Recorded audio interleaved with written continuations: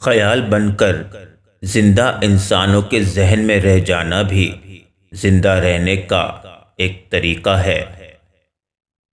مرنے والا اس وقت مرتا ہے جب اسے یاد کرنے والا مر جائے۔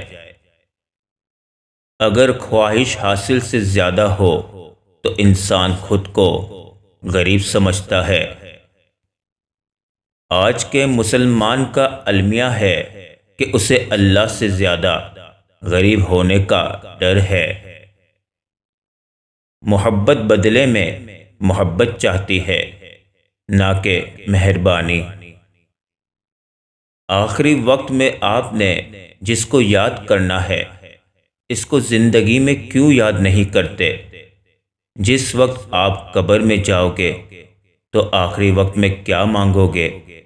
حضور پاک صلی اللہ علیہ وسلم کا دیدار مانگو گے۔ ابھی سے کیوں نہیں مانگتے؟ جو کام سر انجام ہو گیا اور اندیشہ پیدا کر رہا ہے، اس سے توبہ کریں۔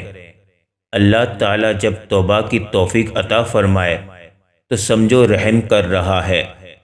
توبہ اللہ تعالیٰ کی طرف رجوع کا نام ہے۔ اللہ تعالیٰ اپنی رحمت سے پہلے توبہ کی توفیق عطا فرماتا ہے۔ انسان اگر نیکی نہ کر سکے تو توبہ ہی کر لے۔ توبہ آپ کو اللہ تعالیٰ کے قریب لانے کا ذریعہ ہے۔ یہ بات یاد رکھنا کہ اللہ راضی ہو جائے تو یہ ضروری نہیں ہے کہ آپ کو پیسے مل جائے۔ عین ممکن ہے کہ راضی ہو کے سارا کچھ لے جائے۔ اس لیے اللہ کی رضامندی کو دنیاوی طور پر نہ دیکھنا۔ اگر آپ کا دل اطمینان میں ہے تو اللہ راضی ہے، اور دل پریشان ہے تو آپ سمجھو کہ اللہ راضی نہیں ہے۔ اگر دل میں محبت آ جائے تو زبان میں شائستگی آنا شروع ہو جاتی ہے۔ زندگی سے تقاضا اور گلہ نکال دیا جائے تو سکون پیدا ہو جاتا ہے۔ سکون اللہ کی یاد سے اور انسان کی محبت سے پیدا ہوتا ہے۔ نفرت اضطراب پیدا کرتی ہے، اضطراب اندیشے پیدا کرتا ہے، اور اندیشے سکون سے محروم کر دیتا ہے۔ محبت نہ ہو تو سکون نہیں۔ گناہ اپنے مزاج کے خلاف عمل کرنے کا نام نہیں، اللہ کے حکم کے خلاف عمل کا نام ہے۔ گناہ اخلاقیات کے حوالے سے نہیں، دین کے حوالے سے ہے۔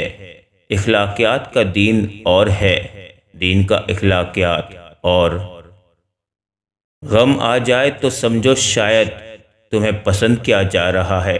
ایسا بھی ہو سکتا ہے کہ جن کو گمراہ کرنا ہو ان کو وافر خوشیاں دے دی جائے۔ جب موت سے پہلے موت کا مقام سمجھ آ جائے تو موت کے بعد ملنے والے انعام موت سے پہلے ملنا شروع ہو جاتے ہیں۔ جس نے بن مانگے عطا کیا، وہ مانگنے پر کیوں مایوس کرے گا؟